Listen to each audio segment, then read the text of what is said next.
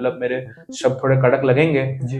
पर मैं बोल सकता हूँ कि बहुत बुरी हालत होगी। हाँ, हाँ। हो सकता है इंडिया की आधी से ज्यादा पॉपुलेशन बेरोजगार हो जाए। डिजिटल मार्केटिंग एजेंसी की जब हम बात करते हैं, तो इसकी सबसे महत्वपूर्ण बात क्या है? इससे आप क्या देखते हैं और साथ ही इसमें कितना कंपटीशन देखने को मिलता है? छोटे दुकानदार सोशल मीडिया मार्केटिंग का कैसे उपयोग कर सकते हैं वो? या एड्स का वो डार्क साइड क्या है, जहां टारगेटिंग से लगता है कि इन्होंने हमारा जो पूरा ऑडियंस है उसका दिमाग पढ़ लिया है? गूगल बोलता है ओके गूगल बोलिए, तो मतलब उसको कैसे मालूम चला कि ओके गूगल पे उसको एक्टिवेट होना है? हाँ, हाँ। मतलब उसके पहले भी वो शब्द सुन रहा होगा, पर वो एक्टिवेट कब हुआ जब हमने ओके गूगल बोला। पिया शंट है क्योंकि मर्दानी का ऑब्जेक्टिव ही वही था। जो मर्दानी मूवी आ रही है उसके अंदर ये दिखाई दिया था कि कहीं ना इसी टॉपिक के ऊपर हो हाँ, हमने भी देखी उस मूवी को, उसमें यही दिखाया है लड़कियों को बचाव का। तो ये माहौल बनाने की तैयारी है। जब शाहरुख खान ने पठान रिलीज करी तो इंडिया का one of the biggest meme marketing campaign और प्रमोशनल कैंपेन बनाया गया। और जहां पे एक तरफ ये हो रहा था, पठान से पहले हर मूवी को बायकॉट करा जा रहा था ट्विटर पे। नमस्कार साथियों, आज हमारे गेस्ट हैं टैलेंट फोर्ज एकेडमी के संस्थापक कौस्तुभ जोशी जी, जो कि विगत 7 वर्षों से डिजिटल मार्केटिंग की एजेंसी से लेकर इनका एक इंस्टीट्यूट भी देखने को मिलता है। इन्होंने इस 7 साल के दौरान क्या कुछ सीखा, या जो आज आप इंटरनेट की दुनिया में देखते हैं कि ये रियल है, लेकिन बहुत कुछ पीछे उनकी पीआर टीम उसे कंट्रोल कर रही होती है। बहुत कुछ ऐसे अनसुलझे राज हम आज आपको बताने जा रहे हैं। चलिए शुरू करते हैं। सबसे पहला हमारा आपसे सवाल है, कुछ एड्स के बारे में बताएं जिसमें हमें जो एडवर्टाइजमेंट की दुनिया को लेकर समझने में एक मदद मिल सकती है। कोई टॉप 3 ब्रांड्स के बारे में हम बात करें तो पहले तो धन्यवाद करूंगा मैं आपका, आपने मुझे अपने पॉडकास्ट पे बुलाया। तो जैसे आपने पूछा कि कौन से ब्रांड्स हैं ऐसे जिससे हमें सीखने को मदद मिलेगी मार्केटिंग के बारे में, डिजिटल मार्केटिंग के बारे में। तो पहला जो ब्रांड मुझे बहुत अच्छा लगता है वो है जोमेटो और स्विगी है। ये दो ऐसे ब्रांड है जो आज की डेट में मार्केटिंग को नेक्स्ट लेवल पे ले गए। एंड मैं बात करूंगा जोमेटो की स्पेशली, क्योंकि जोमेटो ने ही ऐसा ब्रांड था जो कि जेनजी ओरिएंटेड मार्केटिंग लेके आया। पहले जितने भी ब्रांड्स थे बहुत ज्यादा बेसिक मार्केटिंग करा करते थे आज से पहले, मतलब बहुत एक ट्रेडिशनल मार्केटिंग चलती थी। कुछ हट के करना, कुछ सामाजिक स्तर पे कुछ ऐसे ही नई चीजें कर देना जिससे लोगों को शौक तो होता था, अरे यार ये किसी मार्केटिंग कर दी इन लोगों ने। पर धीरे धीरे एक ऐसा हुआ कि जो जेनजी ऑडियंस है, जो नई युवा पीढ़ी है, उनको आप टिपिकल एड्स दिखा के नहीं बोल सकते हो कि हाँ हमारी प्रोडक्ट खरीद लीजिए। आज के डेट की जो ऑडियंस है उन्हें कुछ ना कुछ क्रिएटिव चाहिए, कुछ हटके चाहिए, थोड़ा सा बोल्डनेस भी अगर होगी उसमें, कुछ थोड़ा सा एक मिस्चिफ भी कुछ होता है एड में, तो भी लोग एग्री करते हैं कि हाँ जो है अच्छा ही है। तो जोमेटो स्विगी जैसे ब्रांड आज के डेट में इतना ब्रिलियंट मार्केटिंग प्ले कर रहे हैं। नोटिफिकेशंस बहुत फनी भेजते हैं, बहुत फनी फनी एडवर्टाइजमेंट्स बनाते हैं, सोशल मीडिया पे बहुत एक्टिव है, जिससे जो आज की डेट में जो युवा पीढ़ी है, जो जेंजीज हैं, वो सोशल मीडिया पे उनसे एंगेज कर पाते हैं। वो ये सोच पाते हैं कि हाँ ये ब्रांड हमारे लिए बनाया गया है। जब भी आप किसी मार्केटिंग के बारे में बात करते हैं तो आज वही ब्रांड रेलेवेंट रहेंगे जिससे आज की युवा पीढ़ी रेलेवेंट महसूस कर सकती है। उन्हें लगता है कि यार ये ब्रांड हमारे जैसा नहीं है, ये हमारी सोच के खिलाफ चलता है, ये हमारे माइंडसेट, हमारे ट्रेंड्स के खिलाफ चलता है। वो ब्रांड आज के डेट में बाहर हो जाने वाला है। अगर वो चाह के भी कितना कर ले, पर वो एक सेल जनरेट नहीं कर पाएगा, वो उन लोगों से रिलेट नहीं कर पाएगा जो कि वो चाहता है उनसे रिलेट करना। तो ये चीज कोई ऐसे 3 ब्रांड जिनका आपको कुछ इंटरेस्टिंग लगता हो, कैसे कनेक्ट करते हैं लोग ऑडियंस को लेकर? जैसे मैंने बताया जोमेटो है, स्विगी है, जिसके अलावा अगर बात करोगे टिंडर इंडिया है। ये काफी अच्छे तरीके से कनेक्ट कर पाते हैं ऑडियंस। ये दो, अमेजोन प्राइम इंडिया है, ये इन लोगों का जो कंटेंट डालने का तरीका है, जो मार्केटिंग करने का तरीका है। फेविकॉल लेजेंडरी ब्रांड है, मतलब मैं बहुत अच्छा प्रेस करूंगा। जैसे स्विगी, ये सब तो आज के नए ब्रांड है, पर आप बात करोगे फेविकॉल जैसा ब्रांड जो 90s से लेके 90s में भी उसकी मार्केटिंग ब्रिलियंट थी, 2000 के जो समय भी वो उनकी मार्केटिंग ब्रिलियंट थी, इवन आज के डेट में भी वो कुछ ना कुछ क्रिएटिव करते हैं और आज की डेट में न्यू जनरेशन के अकॉर्डिंगली बहुत अच्छी एड्स बना रहे हैं। जैसे हम बात करें रेमंड्स की, हम बात करते हैं अक्सर, तो ये लोग जो इनके एड देखने को मिलते हैं, या कोको कोला है, तो ये लोग कहीं ना कहीं हमें ये नहीं बताते हैं कि आप सीधा हमारा प्रोडक्ट खरीद लीजिए, या रेमंड्स में भी वो ये नहीं कहते हैं आप सीधा हमारा सूट पहन लीजिए, ऐसा नहीं कहते हैं। तो इसमें आप क्या क्रिएटिव देखते हैं, किस तरीके से कनेक्ट कर रहे हैं लोगों को अपने एड्स के माध्यम से? देखिए, अगर आप रेमंड्स की एड की बात करोगे तो आप देखोगे उसमें कभी भी वो ये नहीं बोलता है कि आप मेरा ये प्रोडक्ट खरीद लीजिए, फैब्रिक बहुत अच्छा है, आप देखोगे अच्छा, उसको मालूम है कि रेमंड्स एक फील है। तो अगर आप देखोगे उसमें स्टोरी लाइंस है, एंड अब रेमंड ने इतना बहुत अच्छा प्लानिंग कर रखा है कि वो रेमंड अपने एड में बताता है कि what makes a complete man. Raymond's की टैगलाइन क्या है? Raymond's makes you a complete man, है ना। अब वो कंप्लीट मैन की निशानी सिर्फ ये नहीं है कि वो अच्छा कपड़ा पहने, अच्छा सूटेड कपड़े पहने। एक कंप्लीट मैन की निशानी हो सकता है कि एक अच्छा फादर है, एक अच्छा फियांसा है, एक अच्छा हस्बैंड है, एक अच्छा बॉयफ्रेंड है, एक अच्छा सन है। तो आप देखोगे रेमंड्स ने क्या किया, जितने भी सारे टेलीविजन एड्स बनाई उसमें एक अच्छे कंप्लीट मैन की कैरेक्टरिस्टिक बताई। किसी में उसने एक अच्छा सन दिखाया, किसी में अच्छा फियांसे दिखाया, किसी में अच्छा उसने एक बॉयफ्रेंड दिखाया, किसी में उसने अच्छा एक फादर बताया। तो आप देखोगे कि एक कंप्लीट मैन की निशानी बताई है। एंड जब भी कोई ऐसे ब्रांड होते हैं ना, ब्रांड जो अच्छे ब्रांड होते हैं, वो इस लेवल पे मार्केटिंग करते हैं कि वो ये नहीं बोलते हैं कि ये मेरा यूज केस है, ये मेरा है। वो रेलेवेंसी दिखाते हैं कि मैं किस टाइप के लोगों के साथ अपना ब्रांड एसोसिएट करना चाहता हूँ। आप देखोगे रेमंड ने ऐसे लोगों को, जो प्रीमियम क्लास के लोग हैं, जो बहुत अवेयर्ड हैं, जो थोड़ा सा फेमिनिज्म को भी बढ़ावा देते हैं। हम देखोगे कि उस टाइम में फेमिनिज्म जैसी चीजों को उन लोगों ने बहुत अच्छे से हाईलाइट किया है। विमेन फर्स्ट दिखाया है कि एक कंप्लीट मैन कौन होता है, जो एक विमेन को हमेशा आगे रखे, जो विमेन को प्रेज करे, उसकी फियंस है, उसकी वाइफ है या उसकी मदर है, उसको हमेशा सपोर्ट करे। तो उस समय की एड्स, अभी एड नहीं आती है उनकी इस टाइप की, पर वो समय पे जो उन लोगों ने माइंडसेट रेडी किया था, वो ये चाह रहे थे कि एक रेलेवेंसी दिखाना, एसोसिएशन। कोको कोला भी क्या करता है, कोको कोला डायरेक्टली ये नहीं बोलता है कि अच्छा ये प्रोडक्ट मेरा अच्छा है, उसको मालूम है उसके प्रोडक्ट में ज्यादा दम नहीं है, पर हैप्पी मोमेंट, सेलिब्रेशन, ठंडा मतलब कोको कोला। तो ऐसे ब्रांड क्या करते हैं, साइकोलॉजिकली दिखाना चाहते हैं कि प्रीमियम है, प्रीमियम कपड़ा मतलब रेमंड, कंप्लीट वेल सूटेड मतलब रेमंड, ठंडा मतलब कोको कोला, कुछ भी कोल्ड ड्रिंक पीना है मतलब कोको कोला आएगा। कंप्लीट मैन एक तरह से अगर आप हमारा सूट पहनते हैं तो ही ये बताना चाह रहे हैं हाँ, कि आप एक कंप्लीट मैन पर उनका बताने का तरीका बहुत क्रिएटिव है। वो ये बताते हैं ना कि देखो, सिर्फ रेमंड से ही कंप्लीट मैन नहीं बनते, ये characteristics plus Raymond's make you complete man. एक ऐसी बहुत अच्छी एड मैं बताता हूँ, मास्टर कार्ड ने बनाई थी। मास्टर कार्ड ने बहुत अच्छा एक एड बनाया, एक इंग्लिश में एड था, बहुत पुराना है, इंडियन एड ही है, पर उसने बहुत अच्छा एड बनाया। उस एड में भी बताया कि एक बच्चा है, अपने माँ बाप को बहुत मूवी दिखाने ले जा रहा है, फिर उनका बर्थडे सेलिब्रेट कर रहा है, फिर उनको बहुत नई जगह घुमा रहा है, फैमिलीज को ले जा रहा है, मूवी दिखा रहा है, रेस्टोरेंट में खिला रहा है, उसके मदर फादर भी है, उसकी वाइफ भी है। एंड फिर आखिरी में आता है, इन सब चीजों के लिए आपके पास आपका पेमेंट है, पर जो दूसरी चीजें हैं उसके लिए आप मास्टर कार्ड रखिए। मतलब for good times you have your own money, but for unforeseen circumstances, कुछ मेडिकल इमरजेंसी आ गया, कुछ आ गया, उसके लिए मास्टर कार्ड है। पर आप देखोगे सबको ये लगा पूरी एड में कि इन सब चीजों के लिए वो क्या कर रहा है, क्रेडिट कार्ड यूज कर रहा है। पर मास्टर कार्ड का कितना अच्छा बात था कि इन सब चीजों के लिए अपनी इनकम यूज करिए, पर क्योंकि आप तो फैमिली के लिए कर रहे हैं ना, फैमिली के लिए थोड़ी क्रेडिट कार्ड यूज करना चाहिए, बट बाकी सब अनफोर्सिन सर्कमस्टेंसेस के लिए मास्टर कार्ड। अगर कोई, हम कम शब्दों में एक चीज में आप जवाब अगर आप हमें दें कि कोई नॉर्मल अगर अपने कोई एडवर्टाइजमेंट शुरू कर रहा है या कोई एड बनाना चाहता है अपने प्रोडक्ट को लेकर, तो छोटे शब्दों में उसे क्या विशेष ध्यान रखना चाहिए, जो पॉइंट टू पॉइंट जो आज बड़े मीडिया हाउसेस में या फिर कोई एड चला रहे होते हैं लोग, ये क्या ऐसा क्रिएटिव करते हैं जो हम लोग भी कर सकते हैं अपने एड? देखिए, पहले तो बात यह है, मैं 3 चीजें बताता हूँ बहुत कम शब्दों में। पहला, ऑडियंस समझना। देखिए कि टारगेट ऑडियंस कौन सी है, उनकी मानसिकता क्या है, वो क्या खरीदना पसंद करते हैं। दूसरा, उनकी एज क्या है। तीसरा, उनका इनकम स्टेटस क्या है। कि देखिए, बहुत अच्छे संस्थापक हैं बिग बाजार के, उन्होंने बहुत अच्छी बताई थी कि इंडिया 3 विभागों में बढ़ा हुआ है। अमेरिकन में जाएंगे आप कंडीशंस में कि वहां पे सबकी जिसी सोच है, यूरोपियन कंट्रीज में सबकी जिसी सोच है, इटली तो इटली की एक इनकम लेवल है। इंडिया 3 विभागों में बढ़ा हुआ है, इंडिया 1, इंडिया 2, इंडिया 3।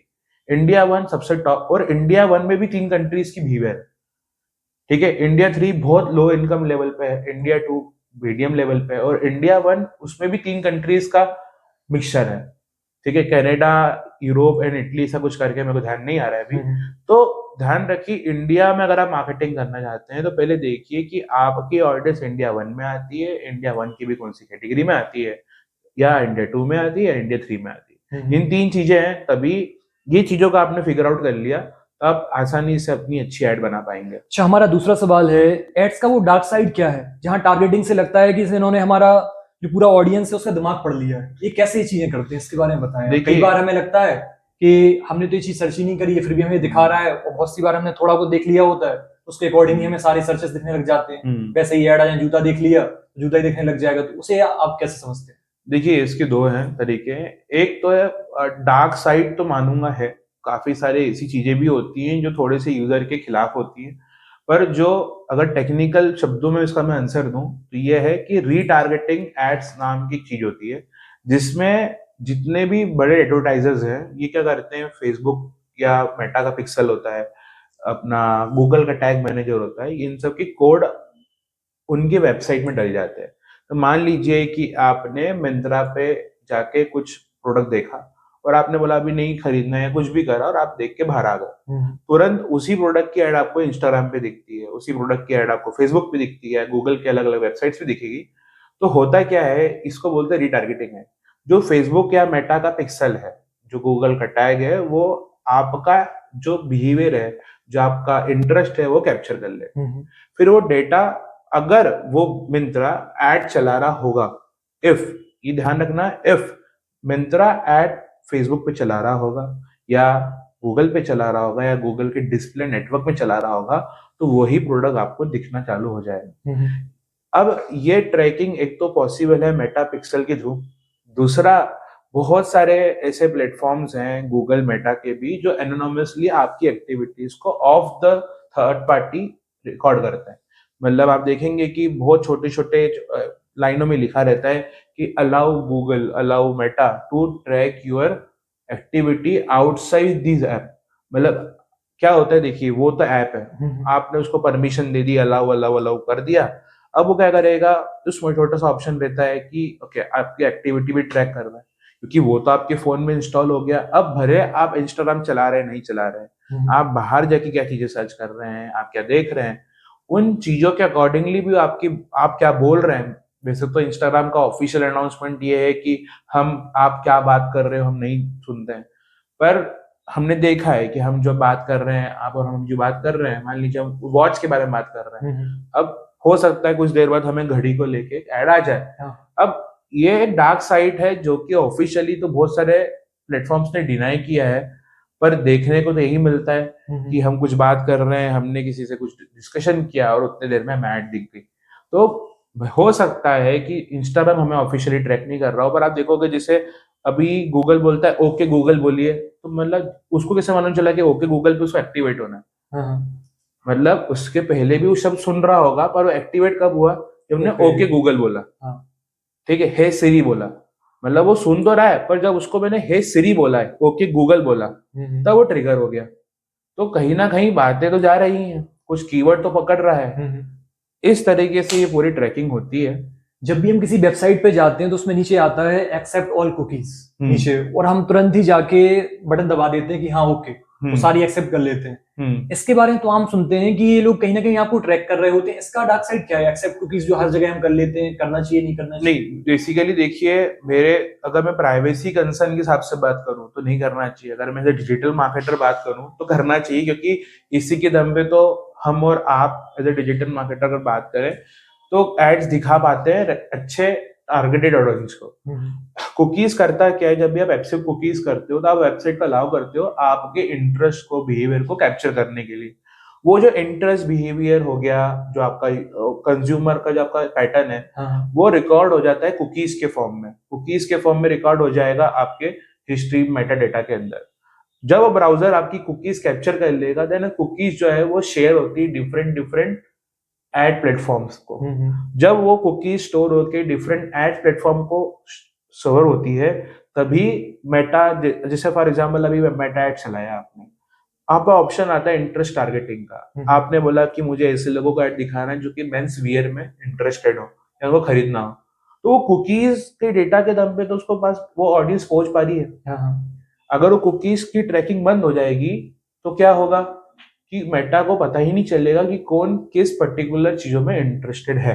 और यही हो रहा है iOS 15 या 14 के अपडेट के बाद शायद से ये चीज बंद हो गई है। इसलिए मेटा और इन सबको AI अपडेट लाना पड़ रहा है, क्योंकि ट्रैकिंग बहुत मुश्किल हो चुकी है। गूगल के को भी बहुत सारे लीगल इश्यूज फेस करने पड़ रहे हैं, जिसके कारण से अब प्राइवेसी पॉलिसीज को लेके बहुत ज्यादा कंसर्न उठ गया है।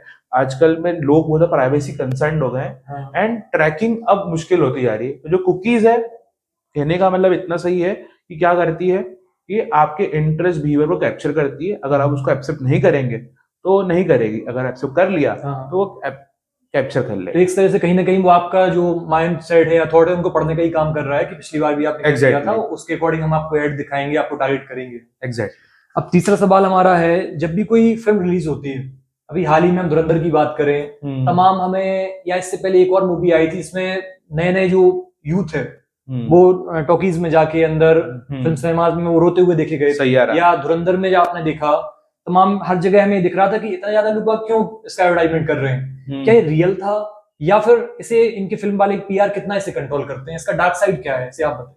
देखिए, मैं अगर ऑनेस्टली बताऊं, मैं काफी सारे मेरे फ्रेंड सर्कल में ऐसे लोग हैं जो मीम पेजेस चलाते हैं, जो पीआर एजेंसी चलाते हैं। हमने कितने बार डिस्कशन किया है कि मूवीज का हिट होने का जो कारण होता है उसके पीछे है सोशल मीडिया। कितने ही सारे लोगों ने मुझे बताया है कि हम चाहे तो मूवी को फ्लॉप करा सकते हैं, हम चाहे वो मूवी को एक हिट करा सकते हैं। मैं आपको एग्जांपल देता हूँ धुरंधर का।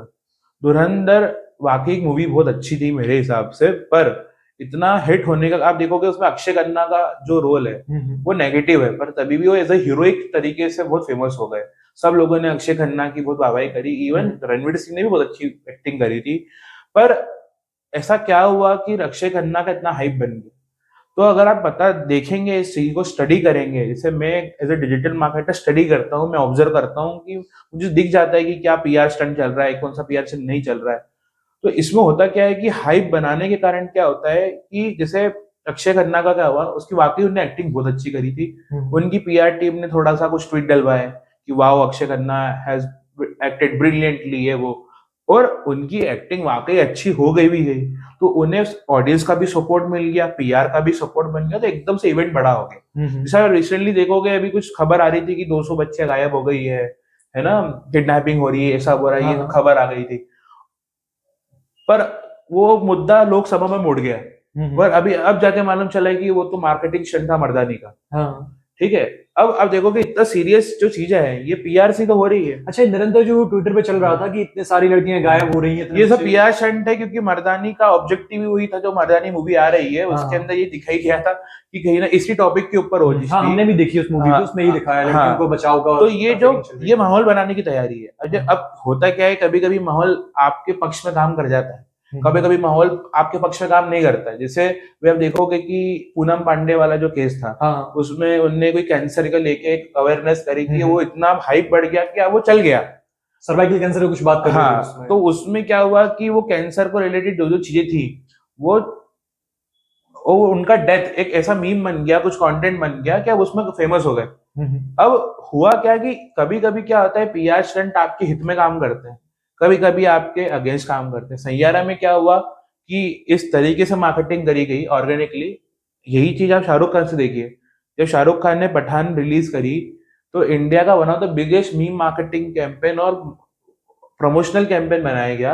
और जहां पे एक तरफ ये हो रहा था, पठान से पहले हर मूवी को बायकॉट करा जा रहा था ट्विटर पे, जो मूवी आ रही थी वो बायकॉट। सुशांत सिंह राजपूत के जैसे ही पठान मूवी आई, आप देखेंगे एसआरके ने बहुत ब्रिलियंट मार्केटिंग करी। धीरे धीरे धीरे करके उन्होंने हवा बनाना चालू करी। अलग अलग अकाउंट से, फैन अकाउंट से उन्होंने पहले माहौल बनाया, कुछ लोग दिखाए जो जाके बहुत प्रेस कर रहे हैं मूवी को, रिकॉर्ड करा, और धीरे धीरे करते करते इस तरीके से माहौल बना दिया कि वो कोविड के बाद, बॉयकॉट के बाद इतनी बड़ी मूवी बन गई कि वो पहली मूवी थी जिसने 1,000 करोड़ रुपए कमा लिए, even after facing such a backlash from the Bollywood. और वहीं उसके बाद भी कितनी मूवी बॉयकॉट हुई, उसके पहले भी कितनी मूवी बॉयकॉट हुई, पर उनका जो मार्केटिंग का तरीका था पीआर का, वो इतना ब्रिलियंट था कि आज के डेट में आप देखिए 1,000 करोड़ से ऊपर कमा रही है। अच्छा, अक्सर हम लोग देखते हैं IMDb रेटिंग रहती है, यूट्यूब रिव्यूज जो देखने को मिलते हैं, इसे ये लोग कितना मैनिपुलेट करते हैं? देखिए, इनका मैनिपुलेशन बहुत आसान है। अगर हम सब 15-20 जने मिलके लगातार जाके वहां पे रेटिंग कर देंगे, तो रेटिंग तो बढ़ना ही है। तो कितनी सारी रेटिंग दिलवाई भी जाती हैं। IMDb ऐसा प्लेटफॉर्म है, उसको मैनिपुलेट करना मुश्किल है, क्योंकि वहां पे हर कोई जाके अपना ओपिनियन दे देगा, भले आप कितना ही मैनिपुलेट कर लोगे। जिसको वही मूवी अच्छी लगेगी वो जाके ओरिजिनल रिव्यू डाल सकता है जी। पर करने वाले बहुत सारे, जैसे बुक माई जो प्लेटफॉर्म है उस पर रेटिंग अच्छी दिखा देना, बहुत सारे क्रिटिक्स हैं उनको खरीद लेना कि नहीं आप हमारे बारे में अच्छा बोलिए। क्योंकि क्या होता है आज की डेट में आप देखोगे जितनी भी चीजें हो रही है सोशल मीडिया के थ्रू हो रही है। तो मीम पेजेस को बोला जाता है कि अब हमारे बारे में अच्छी मूवी डालिए, अच्छी रिव्यू डालिए। आप देखोगे कॉमेडी सर्कल नाम का एक पेज है, उसके एक ओनर ने पॉडकास्ट किया था, उनने बहुत अच्छी बात बोली कि उनके पास पूरा कंट्रोल है, इवन कुछ मूवी रिलीज होने के कुछ मिनटों बाद ही वो रिव्यू डाल देते हैं। एंड उन्हें लोग अप्रोच करते हैं प्रोडक्शन हाउसेस कि नहीं यार आप अच्छा रिव्यू डालो, ठीक है, उन्हें करना रहता है तो वो करते भी हैं, हटा के अच्छा रिव्यू डाल देते हैं, ठीक है। एंड अभी आप देखोगे एक अच्छी वेब सीरीज आई है बहुत, तो उसने अभी पीआर करना चालू कर दिया है। मतलब मेरे को तो मालूम चल ही जाता है कि पीआर है क्या नहीं। आप देखिए, मतलब आप देखिएगा कि उनका बताने का तरीका, उनका कैप्शन पढ़िए, उसमें हैशटैग ऐड लिखा रहेगा, लोग के छोटी छोटी डिटेल्स मिस कर देते हैं, तो मालूम चल जाता है कि ये अच्छा, पीआर इनसे हम पता लगा सकते हैं कि जो हमें लिख रहा दिखाई दे रहा है कि मूवीज के ओरिजिनल रिव्यू हाँ। हैं वो ओरिजिनल ना होकर उन्हें पीआर ही कंट्रोल करना आप देखेंगे देखिए जब भी कोई मूवी रिलीज होती है ना, अगर आपको देखना है कि पीआर है कि नहीं, तो आप देखोगे कुछ ज्यादा ही अच्छी बातें बोल, too good to be true वाली बात है कि इतना ज्यादा अच्छा लिखा जाएगा कि आपको लगेगा कि यार पता नहीं, वो दिख जाता है कि पेड है, ठीक है। कुछ लोग पहचान नहीं पाते हैं और फिर वो चले भी जाते हैं, फिर वो डिसअपॉइंट होते हैं, अरे इतनी तो अच्छी मूवी थी ही नहीं। जैसे सैयारा में दिखा कि सब लोग रो रहे हैं, सबको लग रहा था कि नहीं उनके दर्द निकल रहे हैं बाहर, लेकिन बाद में पता चला कि ये बैकग्राउंड में से करवा ही जा रहा था। हाँ, वो तो देखो क्या होता है, कुछ मूवी वाकई कुछ अच्छी भी होती है क्योंकि आपने उसको बोलते हैं ना चिंगारी लगा दी, चिंगारी लगाने का काम पीआर का है। अगर मूवी वाकई अच्छी होगी तो वो चिंगारी आग में बदल जाएगी, जैसे धुरंधर के केस में हुआ, सैयारा के केस में हुआ। जिनको अच्छी लगनी थी उनको अच्छी लगी, जिनको धुरंधर को अच्छी लगी उनको अच्छी लगी। जो मूवी जैसे मर्दानी 2 आप देखेंगे फ्लॉप हो गई, पीआर काम किया, इतना बड़ा केस हो गया, पर नहीं काम कर पाए ना, क्योंकि मूवी इतनी अच्छी नहीं होगी। मैंने तो देखी नहीं है, पर जितने लोगों ने मुझे बताया उतनी मूवी अच्छी नहीं थी। तो पीआर तभी काम करेगा जब आपका काम भी बहुत अच्छा हो, एक चिंगारी का काम करेगा वो। हमारा चौथा सवाल है, छोटे दुकानदार सोशल मीडिया मार्केटिंग का कैसे उपयोग कर सकते हैं वो, या उन्हें कैसे इस तरीके से ही उसका फायदा उठा सकें, या किन चीजों का उन्हें विशेषकर ख्याल रखना चाहिए? देखिए, अगर मैं बात करूं कि छोटे व्यापारियों के लिए आज की डेट में बहुत जरूरी है अच्छा डिजिटल मार्केटिंग करना। मैंने देखा है कितने छोटे व्यापारी हैं जो मार्केट से इसलिए जा रहे हैं क्योंकि उनका अल्टरनेटिव या तो ऑनलाइन है, या तो उनके कॉम्पिटिटर ने बहुत अच्छा कंटेंट बना बना के भीड़ इकट्ठी कर रखी है। जैसे इंदौर में ही मैं नाम तो नहीं लूंगा, एक 2 व्यापारी हैं इलेक्ट्रॉनिक्स क्षेत्र में जी। उन लोगों ने जैसे जमजम मोबाइल करके दुबई में 2 भाई हैं जिनने वो बोलते हैं कि आप हमसे आईफोन लीजिए, हम आपको गिफ्ट देंगे। वही कंसेप्ट ये लोग यहाँ पे लेके आए। उन लोगों ने रील बनाना चालू करा और रील बना के क्या बोला कि आप ये मोबाइल खरीदना चाहते हैं, आइए मैं आपको इस पे इतने गिफ्ट फ्री दे दूंगा। तो गिफ्ट के लिए व्यक्ति दूर दूर से आ रहे हैं। तो आप मानेंगे नहीं, त्योहारों में इतनी भीड़ रहती है उनके यहाँ कि आपको पैर रखने जगह नहीं है। और वहीं पे 2 दुकान छोड़ के एक इलेक्ट्रॉनिक की दुकान है जहाँ पे मतलब आप बोलोगे एक मतलब आपको कुत्ता भी नहीं दिखेगा। ये हाल है कि वहां पे आपको बंदा भी नहीं दिखेगा कि वो घूमते हुए। और यहाँ पे एक तरफ है कि पैर रखने की जगह नहीं, वहां पे ऐसा है कि वो मच्छर मार रहे हैं लोग दुकान में बैठ के। दोनों एक ही चीज कर रहे हैं, पर उनने क्या करा, उनने जो ट्रेंड है वो पकड़ लिया। तो डिजिटल मार्केटिंग की ताकत आप इग्नोर ही नहीं कर सकते हो। सोशल मीडिया समथिंग, कितने नॉट ओनली फ्री में गिफ्ट देना ये वाली चीज है, कितने सारे व्यापारी हैं कपड़ा मार्केट में भी जो कंटेंट बना रहे हैं, रील डाल रहे हैं, लोग उनको ढूंढते हुए वहां पे पहुंच रहे हैं कपड़ा मार्केट में। इवन मैं उसकी मदर की बात करूं तो उनको कितनी सारी रील्स दिखती हैं, तो जाके कांटेक्ट करके जाके देखते कि हाँ ये भाई जो भैया हैं कंटेंट बना रहे हैं, रील पोस्ट करते हैं, बढ़िया कलेक्शन है इनके पास। अब हो सकता है उससे बेहतर कलेक्शन उनके बाकी व्यापारियों के पास हो कपड़ा मार्केट में, पर वो दिख नहीं रहे हैं। क्योंकि आज होता क्या है कि हम हमारा बहुत काफी समय फेसबुक पे इंस्टाग्राम पे बिताते हैं। तो आपके बारे में लोग जाने उसके लिए लोगों के पास सिर्फ 2 प्लेटफॉर्म है, तो गूगल है या तो इंस्टाग्राम फेसबुक है। और अधिकतर समय व्यक्ति कहाँ बिता रहा है, इंस्टाग्राम फेसबुक। जितना वहां पे दिखते रहेंगे, तो अब मान लीजिए कि मुझे कपड़ा आज नहीं खरीदना है, कल जाके खरीदना है, पर जब मुझे बार बार वो व्यक्ति दिख रहा है कि बहुत अच्छा फॉर्मल शर्ट्स बनाता है, डिजाइन बहुत अच्छी है, कलेक्शन अच्छा है, तो मैं जब अगली बार जाऊंगा तो सीधे वहीं पहुंचूंगा। क्योंकि अरे यार मेरा तो दिखता रहता है, बढ़िया है, सीधे उसको ढूंढते हुए मैं जाऊंगा और सब दुकानों को इग्नोर करके मैं वहीं पे जाऊंगा। इसमें कई बार ये भी तो होता है कि जो अच्छी क्वालिटी वाले जो लोग हैं वो जो बाहर अगर सोशल मीडिया पे उनका नहीं दिख रहे हैं, तो उससे लोग बाग कई बार डुप्लीकेट चीजें भी खरीद रहे हैं, बेकार उतनी क्वालिटी नहीं रहती नहीं है, ये लेकिन हो दाम रहा बिक है जाता ना, है। मैं बोल रहा हूँ ना, पर हाँ क्या है, देखिए जो दिखता है वो बिकता है, मैं हमेशा ही बोलूंगा। हाँ। आज की डेट में लोगों को ये है कि यार वो रील वाले से खरीदा है हमने, तो वो हम्म, जिसकी रील चलती है ना, अगर आप हाँ। लोअर मार्केट में देखेंगे, थोड़ा सा जो थर्ड लेवल का मार्केट है, सेकंड लेवल का मार्केट है, हम्म, मैंने देखा है लोग गांव से उठ के आ रहे हैं कि वो रील चलती भैया की, वो हमने वहां से मोबाइल खरीदा, उन्होंने हमको 10 गिफ्ट दिए। हाँ हाँ। अब उनको मालूम है ना कि वो गिफ्ट, उनको भी मालूम है कि गिफ्ट की ज्यादा कोई वैल्यू नहीं है, बहुत लो क्वालिटी गिफ्ट होंगे, क्योंकि वो अपना मार्जिन हटा के थोड़ी तुमको हाँ। गिफ्ट दे देगा।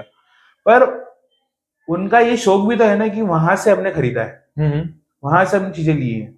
तो क्या होता है, एक ट्रस्ट आ ही जाता है, क्योंकि आप वो रील में क्या दिखा रहा है कि भीड़ लग रही है, 10 लोग मर रहे हैं वो एक मोबाइल को खरीदने के लिए। हाँ अब हो क्या रहा है कि 10 लोग जब वो एक मोबाइल के लिए पीछे भाग रहे हैं, तो ट्रस्ट, साइकोलॉजिकली ट्रस्ट क्रिएट हो जाता है, ये तो अच्छा ही होगा, हाँ, इतने लोग जा रहे हैं तो अच्छा ही तो है। कुछ अच्छा ही होगा, ठीक है, इतनी भीड़ है तो अच्छा ही होगा। इसी एग्जाम्पल को लेके इंदौर में सराफा बाजार में जब लोग जाते हैं, बहुत ज्यादा हम्म वहां का रीलबाजी चलती है उधर। तो एक जो सोना चांदी पहने रहते हैं पूरे गले में, कम से कम 8-10 किलो सोना उनके गले में रहता है। हम्म तो वहां जब हम भी गए तो सबसे पहले लोग बाग क्या कर रहे थे, उन्हें उसकी आइसक्रीम नहीं खानी थी, वो सिर्फ ये कर रहे थे कि हमारी फोटो इनके फोटो, साथ आ जाए। एग्जैक्टली। और वो व्यक्ति फोटो उसी व्यक्ति को दे रहा था हाँ, कि जो उनसे आइसक्रीम खरीद रहा खरीद था। रहा है। पहले उन्होंने कहा हमें फोटो लेना, बोले पहले आइसक्रीम खरीदो आप। हाँ, तो इस तरीके से वो चीजें कर रहे थे, नहीं देखिए क्या होता और है, आसपास के लोगों को कोई पूछ नहीं रहा था, उसी की सबसे ज्यादा भीड़ भी देखने को मिल रही थी। होता ही है, देखिए क्या होता है, ये व्यापार करने का तरीका है। अब आप देखोगे वहां पे कितने लोग हैं जैसे जो फेमस भी हुए हैं, यूट्यूब पे कितने फेमस हो गए, ब्लॉगर आ गए। यही तो चीजें है ना जो आपको स्टैंड आउट करती है मार्केट में, यही तो मार्केटिंग है। हाँ उनने, भले वो सोना असली हो नकली हो वो जाने, पर आप देखोगे उसके कारण से लोग आ रहे हैं। वो कितने लोग सिर्फ इसलिए आ रहे हैं सराफा, उनको खाना नहीं है, सिर्फ वो वीडियो निकालनी है, वो स्टोरी निकालनी है, उनको बताना है कि लोगों को देखो मैं सराफा गया था, है ना। अब जिससे मैं बताऊंगा जो फालूदा आइसक्रीम वो बेच रहे हैं, उससे बेहतर मैं आपको खिला दूंगा इंदौर में। पर वहां पे आप जब उसको प्राइस पूछोगे ना, वो बहुत महंगा है।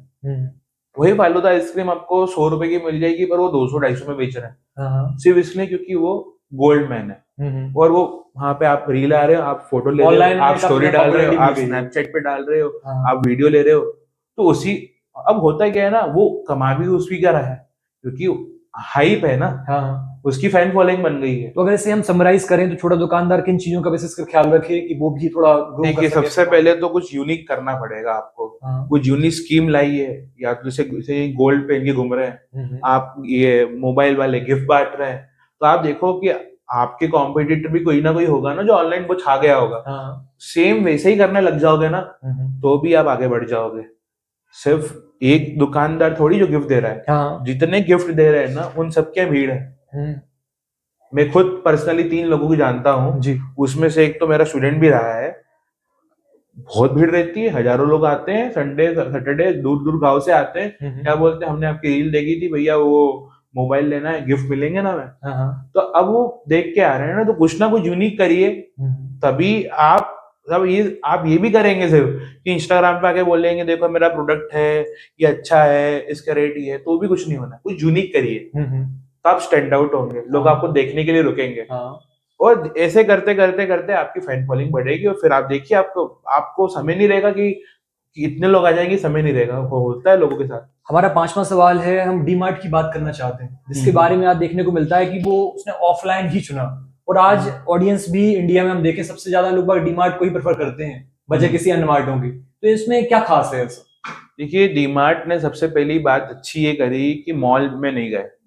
अगर आप देखेंगे किशोर बिहानी सर है, जिनका मैंने बताया भी था, पॉडकास्ट उनका था, जिसमें उन्होंने बताया कि इंडिया 3 विभागों में बढ़ा हुआ है कंज्यूमर की भाषा में, वो बिग बाजार के ओनर थे जी। उनने खुद ने ये पॉडकास्ट में एक्सेप्ट किया कि डीमार्ट कैसे आगे बढ़ पाया, क्योंकि बिग बाजार मॉल में गया। अब मॉल ऐसी जगह है जहाँ पे छोटा व्यक्ति जाने में दस बार सोचता है, मेरे यहाँ बहुत महंगी जगह होगी, हम तो किराने से दुकान खरीद लेंगे। पर आज आप डीमार्ट देखेंगे, छोटे से छोटा व्यक्ति भी डीमार्ट पे शॉपिंग कर रहा है, बड़े से बड़ा व्यक्ति भी कर रहा है, क्योंकि उसने सुपर मार्केट को अलग से बना दिया। वो वॉलमार्ट नहीं कर पाया, वो आपका बिग बाजार नहीं कर पाया, क्योंकि बिग बाजार ने सबसे बड़ी गलती, अच्छी चीज ये दोनों गलती ये करी कि मॉल तो बना तो प्रीमियम ऑडियंस तो आ गई, पर बहुत बड़ा जो लेवल का ऑडियंस था वो उसके हाथ से छूट गया। वो इसलिए भी छूटा क्योंकि जो कंसेप्ट था अपने समय से पहले था, क्योंकि उस समय लोग इवन अभी कोविड तक लोग अपना घर का किराना किराना की दुकान से ही खरीदते थे।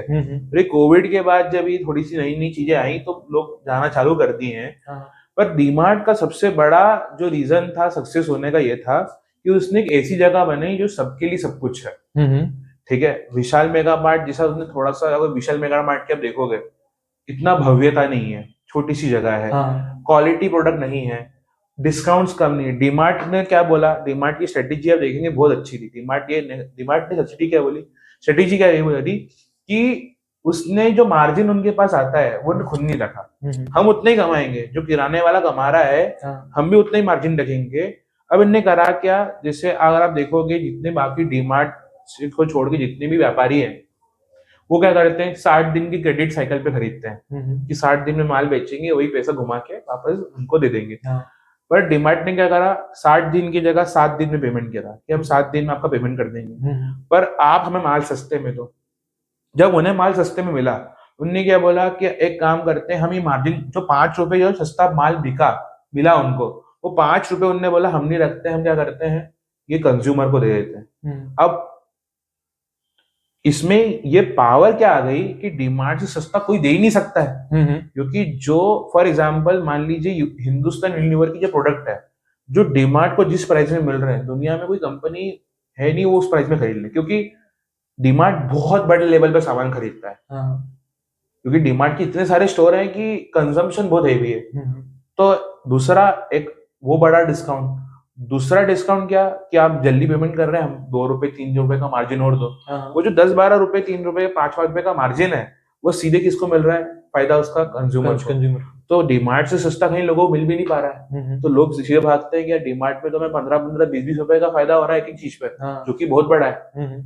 वो अपने यहाँ तो अगर किसी को ऑफ मिल जाता है इंडिया वालों को दिखता है तो वहीं। और दूसरा वॉलमार्ट को कैसे पीछे बिठाया कि वॉलमार्ट ने जब बेस्ट प्राइस के साथ कोलैबोरेशन किया, तो छोटी सी प्रॉब्लम वहां पे है कि आपको बड़े साइजेस में खरीदना पड़ेगा। तो वहां पे जो लिमिट रीच हो गई किसकी हो गई, दुकानदारों की हो गई।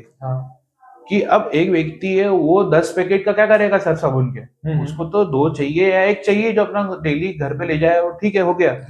सर्फ एक्सेल के 10 पैकेट का क्या करेगा, तो वॉलमार्ट वहां पीछे हो गया या बेस्ट प्राइस। यहाँ पे बना भी वैसे दुकानदारों के लिए है, नॉर्मल लोग वहां पे अलाउ भी नहीं है। पर बेस्ट डीमार्ट ने क्या करा कि आप भले 1 पैकेट भी खरीदे तो भी मैं आपको 10 रुपए का उस पर डिस्काउंट दूंगा। जनरली हमें डिस्काउंट किस पे मिलता था कि हम 5 किलो 10 किलो ले रहे हैं या 10-12 पैकेट ले रहे हैं तो डिस्काउंट मिलता था। पर यहाँ पे 1 पैकेट पे भी उतना ही डिस्काउंट है, तो लोगों को बहुत अच्छा लगा।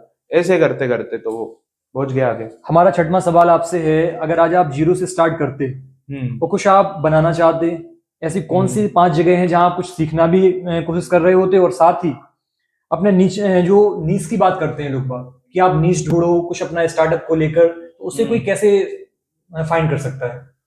ये बहुत अच्छा सवाल है। अगर मैं आज मुझे ही कुछ करना रहता 0 से स्टार्ट, तो मैं तो कुछ भी नहीं करता, मैं सीधे कंटेंट बनाता। मैं कोई भी ऐसा टॉपिक पकड़ता जो कि यूट्यूब पे बहुत ज्यादा फेमस है। आप देखो यूट्यूब में कुछ कैटेगरीज हैं, सेस्टोलॉजी है, पर्सनल हाइजीन है, और 2-3 ऐसे टॉपिक्स हैं, बिजनेस है, मनी है, ये स्किल्स है, एजुकेशन है, ऐसे कुछ टॉपिक्स जो सबसे ज्यादा चलते हैं। इनमें से कोई टॉपिक पकड़ता, उस पर रिसर्च करता और उस पर कंटेंट बनना चालू कर देता। आज के डेट में अगर आपको मिनिमम इन्वेस्टमेंट के साथ, देखिए आप कुछ भी चीज चालू करो तो थोड़ा बहुत तो पैसा लगेगा ही लगेगा। इवन आप बोलोगे मुझे जॉब लेनी है तो जॉब के पहले आपको स्किल सीखनी पड़ेगी, उस स्किल सीखने में पैसा लगेगा। थोड़ा सा इन्वेस्टमेंट के साथ, बोल रहा हूँ कि मिनिमम इन्वेस्टमेंट के साथ कुछ चालू करना है। तो कंटेंट क्रिएशन ऐसी चीज है जिसमें आप विद वेरी मिनिमम इन्वेस्टमेंट आप चालू कर सकते हो। कोई भी नीश पकड़ लीजिए, आप नीश देखिए, आप वही पकड़िए जिसमें आपका इंटरेस्ट हो। ठीक है, आप देखिए कितने लोग हैं जिनने छोटी नीश में भी अपनी बहुत बड़ी ऑडियंस बना रखी है। आर्ट में उनके पास जो ऑडियंस है उनको बहुत अच्छा पे कर रही है। इंटीरियर डिजाइनर वालों अपनी ऑडियंस है, उनको बड़े बड़े प्रोजेक्ट्स मिल रहे हैं, उनने उस पर कंटेंट बनाया। डॉक्टर्स हैं, लोग उनको देख रहे हैं और उनसे इलाज कराने के लिए दूर दूर से आ रहे हैं। तो नीश पकड़िए, उस नीश पे अपना कंटेंट बनाइए, आप वायरल हो जाएंगे। और आपको पर देखिए ये ना टिके रहने का गेम है, आपके पास थोड़ा बैकअप होना चाहिए फाइनेंशियली। अगर आप जॉब छोड़ के कंटेंट बना रहे हैं तो प्लीज मत करिए, क्योंकि आपको 1 से 2 साल भी लग सकते हैं। आप डेटा देखोगे रिसेंटली पूरे इंडिया में टोटल कंटेंट क्रिएटर में से सिर्फ 10 से 12% कंटेंट क्रिएटर्स हैं जो पैसा कमा पा रहे हैं कंटेंट क्रिएशन से। बाकी 90 to 80% जो लोग हैं वो पैसा नहीं कमा पा रहे हैं। तो इसमें कहीं ना कहीं इस तरीके रिस्क ना ले कोई भी कि आप पूरा टोटली छोड़ के या हाँ, पूरा छोड़ छाड़ के मत बैठिए। और इतना बड़ा इन्वेस्टमेंट भी लगा रहे हैं, अगर आप अपना घर का पैसा भी लगा रहे हैं, इन्वेस्टमेंट लगा रहे हैं, तो आपको जी जान पूरा झोंकना पड़ेगा। उसके अलावा आपको 1 साल डेडिकेशन देना पड़ेगा कंसिस्टेंसी से। अगर आप राज शामानी से देखेंगे, राज शामानी का पॉडकास्ट है, उसने बहुत अच्छी चीज बताई है कि उसके पहले 50 पॉडकास्ट पे तो 4-5 व्यूज आए, पर वो 51वां नहीं बना पाता, तो आज वो राज शामानी नहीं होता। वो 50-49 पे रोक देता खुद को, तो नहीं हो पाता। हाँ, तो ये नियंत्रित बनी रहे, आपकी कंसिस्टेंसी जो होनी चाहिए, वो रेगुलरिटी होनी चाहिए। अब हमारा 7वां सवाल है, आज के सोशल मीडिया मार्केटिंग के दौर में बच्चा एआई का सही इस्तेमाल कैसे कर सकता है, उसके बारे में बताएं। एआई हम बहुत हाइप देखते हैं, एआई तो क्या है, इसके बारे में बताएं, कैसे हम लोग उसे यूज करते हैं। देखिए, अगर आज के जमाने में अगर आपको एआई को अच्छे से यूज करना है स्पेसिफिकली फॉर सोशल मीडिया, तो आप कंटेंट बनाने के लिए, स्क्रिप्ट राइटिंग के लिए एआई का यूज करिए। आपको कुछ प्रोडक्ट, देखिए मैं ये नहीं बोलूंगा कि एआई से कंटेंट बनाइए, क्योंकि वो नहीं लॉन्ग टर्म काम करेगा। बहुत सारी पॉलिसीज भी हैं, यूट्यूब की आ गई है कि एआई कंटेंट को मोनेटाइज नहीं करेंगे। बहुत सारी चीजें हुई हैं। तो आपकी वीडियो बनाने की प्रोसेस में, जैसे आपको फोटो वीडियो लगते हैं, आप कोई चीज बता रहे हैं, आपको लगा कि इसमें मेरे को एक एआई से इमेज बनवा लीजिए, आप कुछ बता रहे हैं, हम बात कर रहे हैं, उसके बारे में कोई विजुअल दिखाना है, उसका वीडियो एआई से बना लीजिए। एडिटिंग एआई कर सकता है। तो मैं ये बोलूंगा कि ये तो नहीं बोलूंगा कि आप एआई से कंटेंट बनाइए, पर कंटेंट बनाने के लिए एआई का यूज करिए। captions.ai से आप वीडियो एडिट करवा सकते हैं, आप चैट जीपीटी से स्क्रिप्ट बनवा सकते हैं, आप विजुअल्स जो हैं, स्टॉक इमेजेस हो गया, स्टॉक वीडियोस हो गया, वो आप बनवा सकते हैं गूगल वीओ से। तो ये चीजें कंटेंट क्रिएशन में जरूर आपको हेल्प करेगी। पर इसमें एक और अच्छा चीज होगा कि जब आप खुद की इमेजेस बनाएंगे, खुद का वीडियो एडिट डालेंगे, रॉ जो बी रोल्स होते हैं वो एआई से ऐड करेंगे जी, तो कॉपीराइट का जो इशू आता था पहले, कि हमें कुछ हम कुछ बात कर रहे हैं एआई के बारे में, तो आपको इस वीडियो में एआई से रिलेटेड इमेज डालनी है, वीडियो डालनी है, तो आपको कहीं से डाउनलोड करनी पड़ती थी। अब शटरस्टॉक जैसी वेबसाइट बहुत महंगी है, बहुत सारे कॉपीराइट आ जाता है, तो एआई से आप खुद की वीडियो बनाएंगे, पूरा क्रेडिट आपके पास है, आपको कोई कॉपीराइट नहीं देने वाला, कोई आपको स्ट्राइक नहीं देगा जी। जैसे विशेषकर हम सोशल मीडिया मार्केटिंग कोई बच्चा कर रहा है, तो एआई में कौन से उसे कुछ ऐसे 5 टूल आप बताएं जो उसे विशेषकर उसे सीखना है। पहला है, उससे सीखना चाहिए गूगल फ्लो। चैट जीपीटी को मास्टर करिए, परप्लेक्सिटी को मास्टर करिए, एडोब फायरफ्लाई है, क्लिंग एआई है जी, captions.ai है, हेजन है, ये कुछ टूल्स हैं जो सबसे ज्यादा हेल्प करेंगे। आज जैसे कि हमारा आपसे 8वां सवाल है, सोशल मीडिया की जब हम बात करते हैं तो प्रमुख बात ये आ जाती है कि हम इससे पैसे कैसे कमाएं। सब लोग अपना इतना टाइम कंज्यूम कर रहे हैं, वहां दे रहे हैं, वीडियोस बना रहे हैं, लेकिन फिर भी कहीं ना कहीं लोगों को समझ में नहीं आ रहा है, बहुत से लोग अच्छा पैसा भी कमा रहे हैं, तो इसे आप कैसे देखते हैं। देखिए, मैं ये बोलूंगा कंटेंट क्रिएशन से पैसा कमाना सोशल मीडिया में एक तरीका है जी, पर वो बहुत लंबा गेम है। अगर एज अ ब्रांड अगर आप बात कर रहे हैं, तो आपका ये मोटिव नहीं होना चाहिए कि आपके कितने फॉलोवर है, कितने अच्छे फॉलोवर है। मैंने ऐसे ब्रांड को भी देखा है जिनके 5-10 हजार फॉलोवर है, पर उनका 90% बिजनेस इंस्टाग्राम से आ रहा है। और ऐसे ब्रांड भी देखे हैं जिनके मैंने 100K 200K फॉलोवर्स है, उसमें से काफी तो फेक है, और हार्डली 10-12-20% जो है बिजनेस उनका इंस्टाग्राम से आता है। तो बात ये नहीं होती कि कितने, बात ये होती कितना अच्छे फॉलोवर है। तो हम बोलते हैं ना, quantity is not preferable, quality is preferable. ठीक है, quality is better than quantity बोलते हैं ना। तो ध्यान रखिए कि हो सकता है कि आपका नीश, हमारा भी अगर आप बात करोगे, हमारे बहुत ज्यादा फॉलोवर नहीं, 4-5 हजार फॉलोवर है, पर हमारा काफी सारा ऑडियंस जो है इंस्टाग्राम से आता है। ठीक है, कितने ही लोग हमें इंस्टाग्राम से देख के हमारे इंस्टीट्यूशन में एडमिशन लेते हैं। तो हमें संतुष्टि कि हमें फेक फॉलोवर में नहीं जाना है, धीरे धीरे हम ग्रो करेंगे ऐसा। और हमारा आपसे 9वां सवाल है कि जो डिजिटल मार्केटिंग एजेंसी की जो हम बात करते हैं, तो इसके सबसे महत्वपूर्ण बात क्या है, इससे आप क्या देखते हैं, और साथ ही इसमें कितना कंपटीशन देखने को मिलता है। बहुत से लोग करते हैं, बोलते हैं कि मार्केटिंग की बात तो सुन रहे हैं, उन्होंने कहा आप एजेंसी खोल लीजिए, लेकिन कंपटीशन कितना क्या उससे आप। देखिए, कंपटीशन तो बहुत ज्यादा है। अगर मैं यहाँ से डिजिटल मार्केटिंग एजेंसी चिल्लाऊंगा यहाँ खड़े होके, तो 10 से 12 लोग तो यूं ही आ जाएंगे, इतना कंपटीशन है। जितनी एजेंसी खुलती है उतनी बंद भी रोज होती है। अब इसका सबसे बड़ा दिक्कत क्या है, मैं बहुत अच्छा सवाल पूछा, ये मेरे स्टूडेंट्स को भी बहुत ज्यादा इंपॉर्टेंट है समझना, कि डिजिटल मार्केटिंग एजेंसी में दो गलती करते हैं लोग। आपने डिजिटल मार्केटिंग सीख ली, अब आपने को दो क्लाइंट आ गए, अब आपको दो क्लाइंट अच्छे मिल गए तो आपने बोला कि चलो यार मेरा महीने का 50,000 महीना तो बन गया। पर उससे आगे क्या? जिस दिन वो दो क्लाइंट चले जाएंगे आप जीरो पे आ जाओगे। हाँ। तो पहला as a digital marketing agency चलाने का पहला टास्क ये होना चाहिए कि हर महीने नए क्लाइंट आने चाहिए, क्योंकि कुछ छोड़ के भी जाएंगे और एवरेज जो ड्यूरेशन है, जो हम बोलते हैं क्लाइंट की लाइफ साइकिल है, वो हार्डली 3 महीने है इस बिजनेस में, क्योंकि कोई क्लाइंट कितना भी कर लो सेटिस्फाई नहीं हो पाता है। हाँ हम उस बारे में अलग से पॉडकास्ट करेंगे एक बार। जी। पर ये चीज है पहली। दूसरा, नेटवर्किंग। क्लाइंट नहीं मिलना सबसे बड़ी दिक्कत है। काम तो सबको भी आता है, तुम्हें भी आता है, इसे भी आता है, किसी भी आ जाएगा, पर क्लाइंट मिलना सबसे बड़ी दिक्कत है। तो डिजिटल मार्केटिंग एजेंसी में आपको पहले ही रूल है कि जितने लोगों से आप मिलोगे, जितना नेटवर्किंग करोगे, जितने इवेंट्स में जाओगे, हाँ। उतना लोग आपको पहचानेंगे कि आपका काम डिजिटल मार्केटिंग का है। हम्म। लोगों को तो लोग चाहिए ही है, अच्छे लोग नहीं मिल रहे हैं लोगों को जी। पर प्रॉब्लम क्या होती है, उनके नेटवर्क में ऐसा जो लोग आते हैं वो लिमिटेड होते हैं। तो आप नेटवर्क जितना बनाओगे तो एक लिंक से दूसरी लिंक, दूसरी लिंक से तीसरी लिंक बनती जाती है, और फिर आपको रेफरल टू रेफरल इतने क्लाइंट आ जाएंगे कि फिर आपको ज्यादा भागा दौड़ी करने की जरूरत नहीं पड़ेगी। पर नेटवर्किंग जिस दिन आपने बंद कर दी, जिस दिन आपने as a founder digital marketing agency के आपने लोगों से मिलना बंद कर दिया, उस दिन आप फिनिश हो। आप ये सोचो कि 4-5 क्लाइंट आ गए, बढ़िया मैं जिंदगी काम करूं, करो, क्योंकि वो क्लाइंट जाने भी नहीं चाहिए, पर आपको तैयारी रखनी चाहिए कि हर बार नया क्लाइंट भी आना है। तो आपको इस तरीके से अपनी डिजिटल मार्केटिंग एजेंसी डिजाइन करनी है कि क्लाइंट आया, टीम को दिया। टीम बिल्डिंग तीसरी बहुत इंपॉर्टेंट चीज है। हाँ। लोग क्या करते हैं, खुद ही काम करने बैठ जाते हैं। अब होता है कि जिस दिन वो काम से हटते हैं उस दिन टीम गड़बड़ कर देती है, और जिस दिन वो यहाँ से बैठ जाएंगे काम करने के लिए, फिर नया क्लाइंट नहीं आ रहा है, क्योंकि आप तो उस काम में बिजी हो। तो अच्छी टीम बनाए जो काम अच्छा करे। आपका काम है कि क्लाइंट को पहले सेट कर देना कि हाँ 1-2 महीने उस पर दिमाग लगा के सेट कर दिया, फिर साथ साथ में नए क्लाइंट पे काम करना।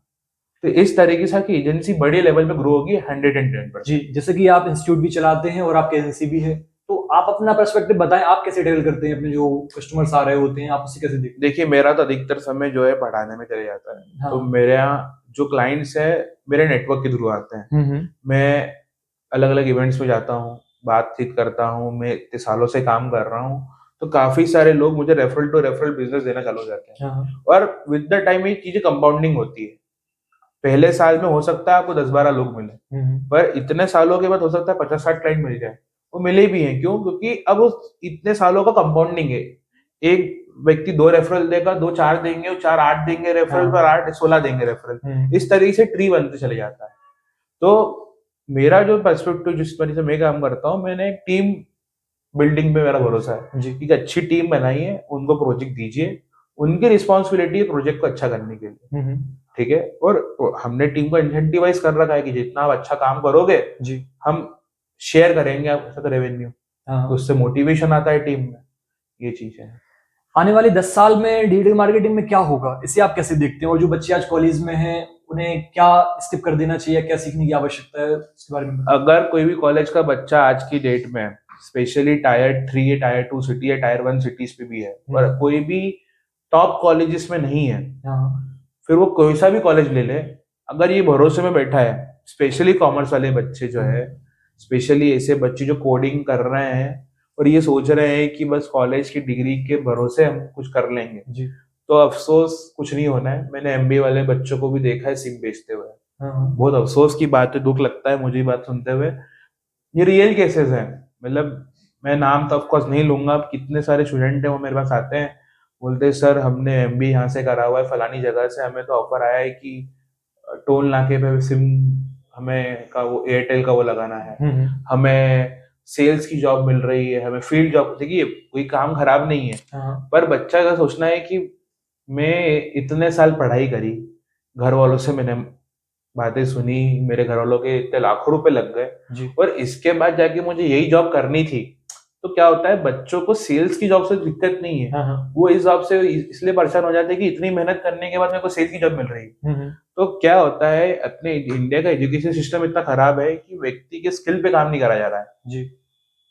पर ये भी बात सही है कि अब जैसे मैं कॉलेजेस में भी जा रहा हूँ तो कॉलेजेस अब स्किल पे ध्यान देना चालू हो गए। अफसोस मुझे इस बात का होता है कि जो बच्चा आज कॉलेज करने के बाद मेरा कोर्स करता है उसके लिए 20-30 हजार पे करता है, जी। वही हम लोग जब उनके कॉलेज में जाते हैं, हाँ। जब कॉलेज हमें बुला के उनका कोर्स करा रहता है, बच्चा ध्यान नहीं देता है। हम्म। तो जब आपके बच्चा जब कॉलेज में जा रहा है तो उसमें कोई स्किल सिखाई जा रही है तो उस पर ध्यान दीजिए। हाँ। दूसरा, कॉलेज के भरोसे मत बैठिए, स्किल सीखिए। अगर आज के डेट में कोई स्किल नहीं है तो आप मार्केट से बाहर हैं और आपको बहुत बुरी हालत होने वाली है आने वाले कुछ सालों में। मतलब मेरे शब्द थोड़े कड़क लगेंगे, जी। पर मैं बोल सकता हूँ कि बहुत बुरी हालत होगी। हाँ। हो सकता है इंडिया की आधी से ज्यादा पॉपुलेशन बेरोजगार हो जाए।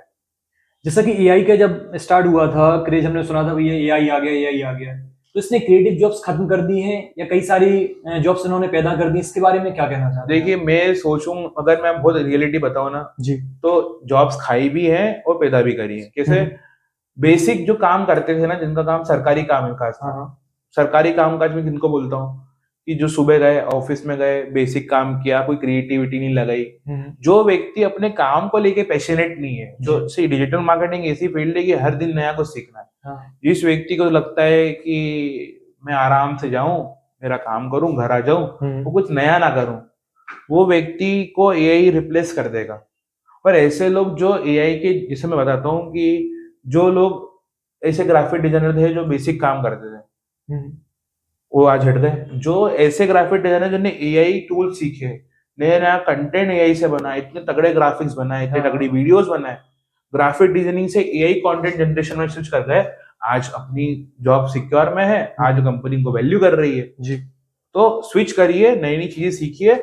एआई आपको रिप्लेस नहीं करेगा। अगर आप पुराने सरकारी मेंटालिटी भी चलेंगे कि हम बिल्कुल आराम से काम करेंगे, कोई नया नहीं सीखेंगे, कुछ नया बदलाव नहीं करना है, जी। आपको बहुत जल्दी ये रिप्लेस कर देगा। हमारा 12वां सवाल है, आजकल प्राइवेसी कानून सख्त हो रहे हैं दिन प्रतिदिन, तो तो फिर कोई ब्रांड टारगेटिंग हम कैसे कर पाएंगे, या फिर कोई इसकी कोई नई ट्रिक भी देखने को ऑर्गेनिक मिलेगी? तरीका है जिस तरीके से आप कर सकते हैं। ऑर्गेनिक कंटेंट बनाइए। मैं हमेशा बोलता हूँ कि अगर एड्स आने वाले टाइम में और महंगे होने वाले हैं, टारगेटिंग इतनी एक्यूरेट रही नहीं रही, पर इतने ज्यादा एड महंगे होने वाले हैं क्योंकि सब बड़े बड़े ब्रांड भी अब आ रहे हैं ना ऑनलाइन।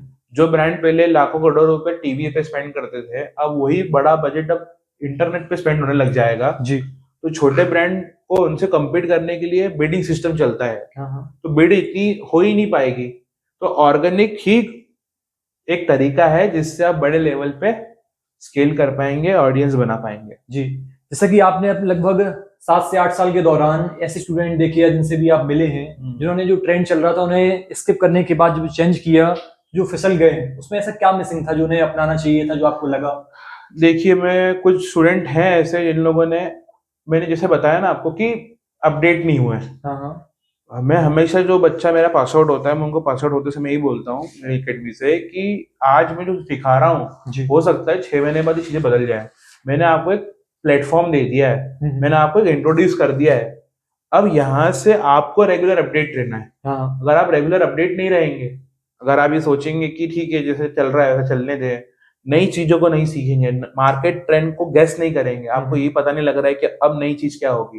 क्योंकि डिजिटल मार्केटिंग ऐसी फील्ड है, या बिजनेस ओनर भी हैं, आपको इतनी फास्ट मूवी चेंज हो रही है, चीजें चेंज हो रही है, यहाँ पे मूव्स हो रहे हैं कि आपको प्रिडिक्ट करना आना चाहिए कि अच्छा अब नया चीज आने वाला है मार्केट में, हमें इसके लिए तैयार रहना है। बड़े बड़े ब्रांड के पास इतनी बड़ी टीम है, वो क्या कर पा रहे हैं, उनको मालूम, उनके लोगों को मालूम रहता है कि अब ये नया आने वाला है। आप देखोगे, आज तक ने जब लंदन टॉप बनाया, कितने लोगों को लगता था कि लंदन टॉप एक प्राइवेट इंस्टीट्यूशन है, पर आज तक ने बहुत पहली फंडिंग करके एक प्लेटफॉर्म रेडी कर दिया था।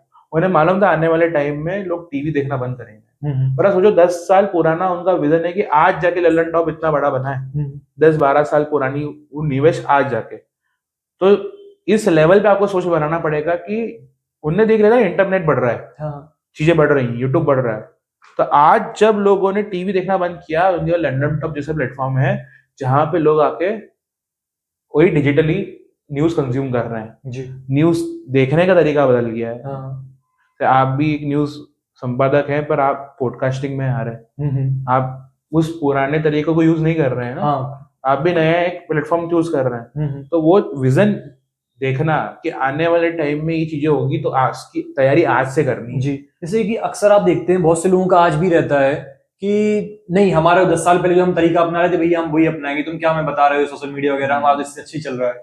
लेकिन जैसे ही आज वो सोशल मीडिया का दौर चल रहा है, धीरे धीरे वो देखते हैं कि जो हमारा पहले इंक्रीमेंट हो रहा था वो घट रहा है, वो साइड वाला जो हमें दुकान वाला है वो तो हमसे प्रोडक्टिव भी नहीं है हमारी तुलना में, फिर वो उठ रहा है।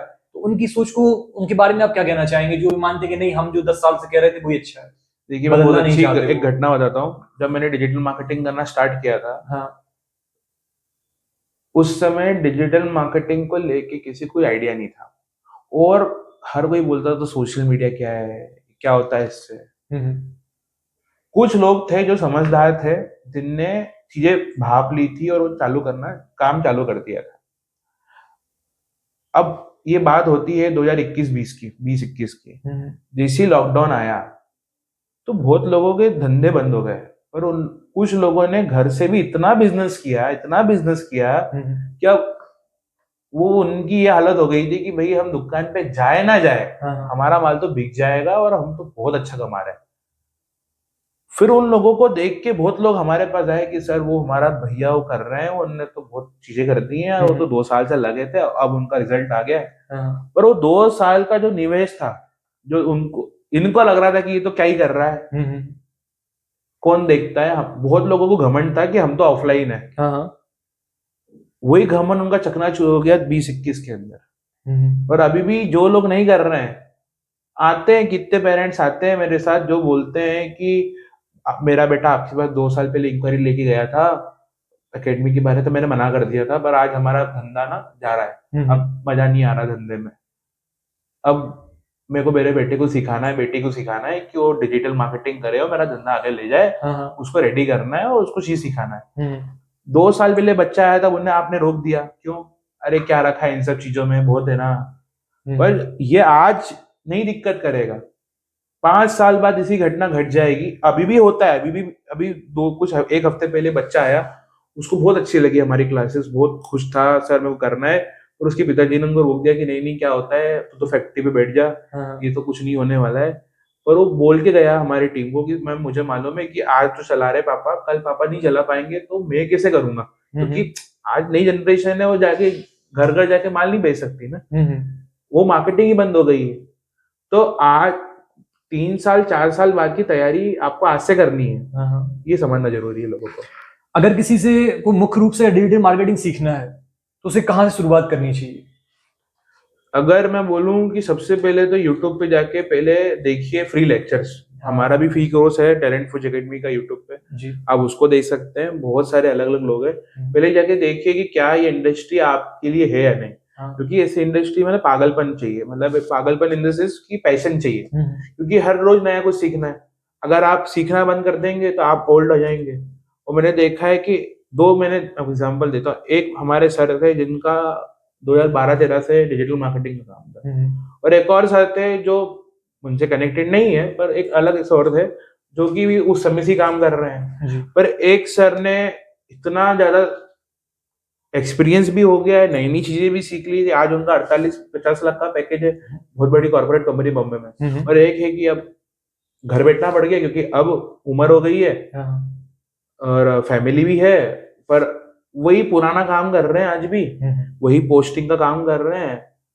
कुछ दिनों में वो भी चले जाने वाला है, अफसोस की बात ये है, क्योंकि उन लोगों ने अपडेट नहीं करा।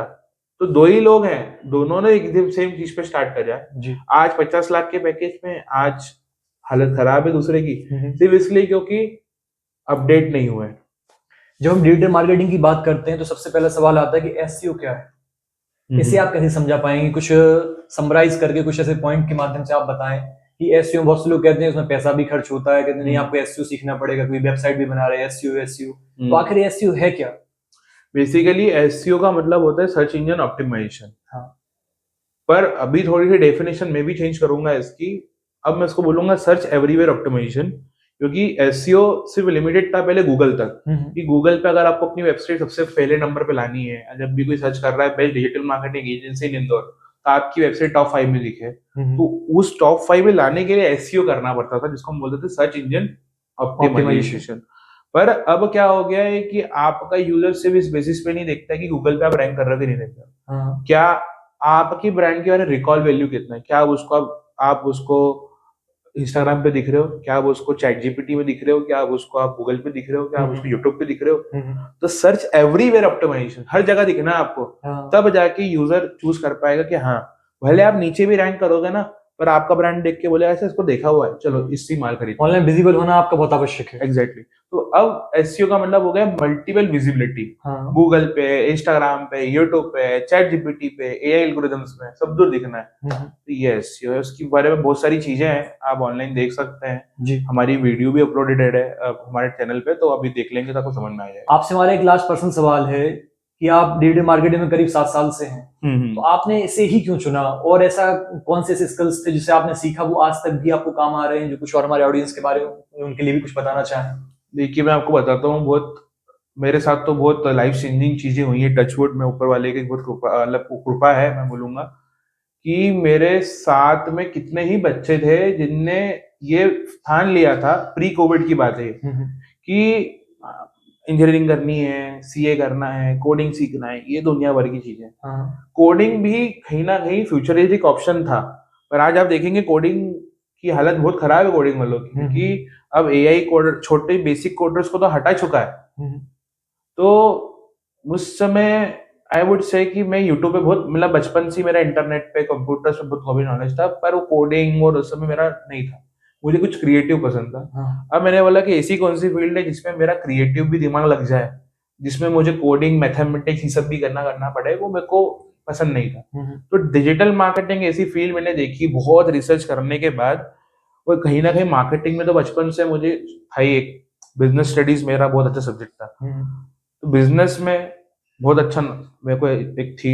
अच्छा, तो एक मैंने इसी फील्ड बोली कि हाँ टेक्निकल भी है, क्योंकि मुझे टेक पसंद है, न्यू कंप्यूटर्स एडवांस, और मार्केटिंग भी पसंद है। तो ये मुझे इतनी अच्छी फील्ड मिली, ये 2017-18 की बात है, कि यार ये चीज बहुत बढ़िया है, यार यहाँ पे मेरा मार्केटिंग और बिजनेस वाला भी जो शगुफा है वो पूरा हो रहा है, दूसरा मेरा जो टेक्निकल चीजें करने का जो कीड़ा है कंप्यूटर से रिलेटेड, वो भी पूरा हो रहा है। तो डिजिटल मार्केटिंग ऐसी फील्ड निकली जी। और उसके बारे में मैंने न्यूज आर्टिकल भी पढ़े थे कि यार ये इंडस्ट्री बढ़ रही है। हाँ। और आज आप देखिए 7 साल बाद ये हालत है कि 59% of total marketing expenditure on Indian advertisement वो डिजिटल का हो रहा है, और आने वाले टाइम में 2027 से 70% बढ़ जाएगा। मतलब हर 100 रुपए में से 70 रुपए डिजिटल मार्केटिंग पे खर्च होंगे। ब्रांड अपना पैसा टीवी एड से निकाल निकाल के, प्रिंट एड से निकाल के, रेडियो एड से निकाल के डिजिटल एड्स पे लगा रहे हैं। हाँ, सोशल मीडिया क्योंकि सबसे ज्यादा ऑडियंस यही आ रही है। तो मेरा तो यही था, मेरी तो बहुत किस्मत रही है मेरी, क्योंकि मेरे को अच्छी लाइन मिल गई, तो चूज करने था कि मैंने फ्यूचर देख लिया था। हाँ। यार आज के डेट में इतना लोग डिजिटल डिजिटल जा रहे हैं, और जैसे ही कोविड हुआ फिर तो अश्योरेंस हो गया कि हाँ अब इस फील्ड को छोड़ना नहीं है।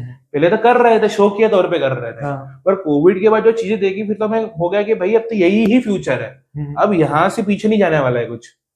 क्योंकि हम जब किसी इंडस्ट्री में जाते हैं तो एक होता है ना कि क्या मेरा करियर बनेगा नहीं बनेगा, क्या मैं अच्छा कर पाऊंगा कर पाऊंगी नहीं, एक डाउट रहता है। पर आप ऊपर वाले की दुआ रहेगी, कोविड के बाद एक सिनेरियो ऐसा बना कि लोग इतने आए कि सर हमको मार्केटिंग करानी है, हमें ये कराना है, तो प्रोजेक्ट्स भी बहुत आ गए। फिर जब कितने ही लोगों ने मेरे साथ छोड़ दिया, उनसे नहीं हुआ, क्योंकि मैं सोचता हूँ कि वो पागलपन वाला क्षेत्र है कि यहाँ पे रोज अपडेटेड रहना है, आपको काम भी करना है, आपको नई चीजें भी सीखनी है। तो ऐसा व्यक्ति होना चाहिए जिसको इंटरेस्ट हो इस फील्ड में, या कुछ करना है, नया करना है। क्रिएटिव व्यक्ति की फील्ड है, अगर क्रिएटिव आप नहीं हो तो फिर आपके लिए जगह नहीं है। आप तक के अपने इस जर्नी को लेकर आपका सबसे बड़ा स्ट्रगल क्या रहा जो आपने देखा हो? स्ट्रगल मैं बोलूंगा आज भी सब किसी का ये रहता है कि अच्छे क्लाइंट ढूंढना। अधिकतर लोगों को मालूम नहीं रहता है कि अच्छे क्लाइंट कैसे ढूंढना जाए।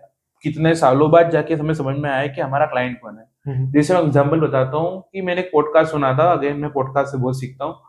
उन्होंने एक अच्छी बात बोली डिजिटल मार्केटिंग एजेंसीज के बारे में, कि लोग हर डिजिटल मार्केटिंग का सबसे मोस्ट आइडियल क्लाइंट होता है जो उनको लाख रुपए महीना दे। जो व्यक्ति लाख रुपए महीना दे रहा है, जो साल का 12 लाख रुपए तो आपको सर्विस फी देगा, उसके बाद एड्स पे 2-3 लाख रुपए महीना लगाएगा। अगर आपको 1 लाख रुपए दे रहा है तो महीने का 2-2.5 लाख रुपए तो एड्स पे खर्च करेगा। तो टोटल जो व्यक्ति महीने का 2 से 3 लाख रुपए खर्च कर रहा है महीने का, इवन उसकी साल महीने की 10-12 लाख का भी टर्नओवर होगा ना, तो भी 25% 12% आप पे खर्च नहीं करने वाला। तो आपको एटलीस्ट अधिकतर लोगों को उनको मालूम ही नहीं रहता कि उनके क्लाइंट कौन है, किसी को भी पिच कर देते हैं, सोशल किसी चले जाएंगे, कैफे में चले जाएंगे। हाँ, होता क्या है कि 1-2 महीने तक करते हैं फिर चले जाते हैं। आपको ऐसा व्यक्ति चाहिए जिसका एटलीस्ट टर्नओवर 5 करोड़ के ऊपर हो, तब जाके वो महीने का 2-2.5 लाख रुपए आपको देने में घबराएगा नहीं कि हाँ यार तू।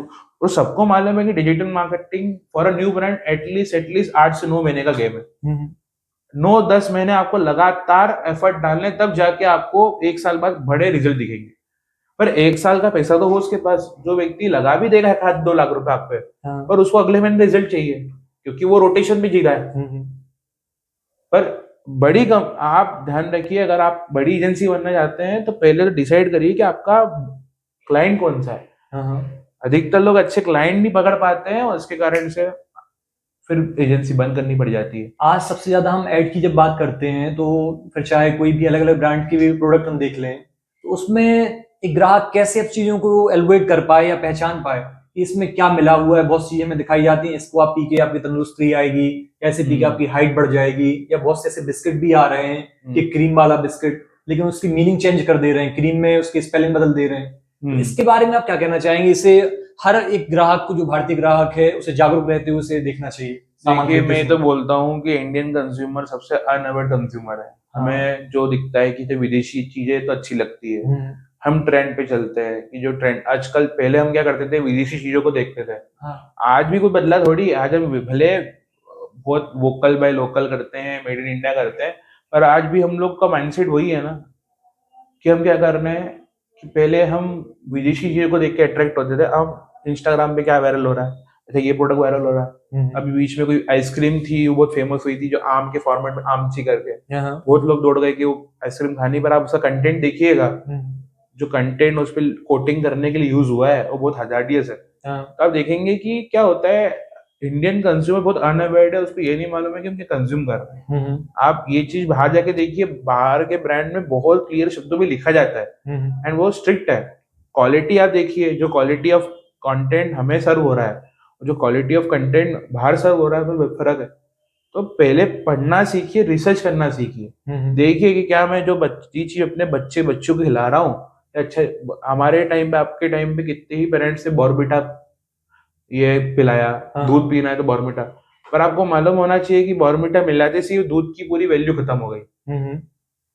फिर अब दूसरा, इतना मीठा जो है वो कैसा है, वो सैकरिन डाल रहा है, हो सकता है शुगर भी नहीं है उसमें, सैकरिन डालता है। वो सैकरिन भी सबको मालूम नहीं होगा, उसका भी टेक्निकल वर्ड डाल देंगे, बड़ा सा इतना सा नेम, कि वो समझने वाला समझ नहीं पाए।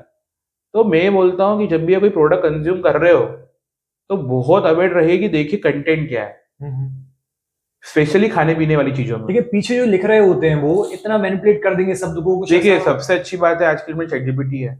आप उसका फोटो क्लिक करिए और ChatGPT से पूछिए कि मुझे बताइए इस बारे में अच्छे से। ChatGPT आपको पूरी चीज बता देगा। हाँ, कि आसान भाषा में आप समझाओगे क्या आप उसको बोलिए कि एज अ 5-year-old किड या as a normal person, tell me what it consist of, is it good for me और नॉट, इन ऑनेस्ट ओपिनियन। तो एक ऑनेस्ट ओपिनियन देगा आपको, तो देखो ये जो कंटेंट है इसका मतलब ये है, ये साइंटिफिक, हर साइंटिफिक वर्ड।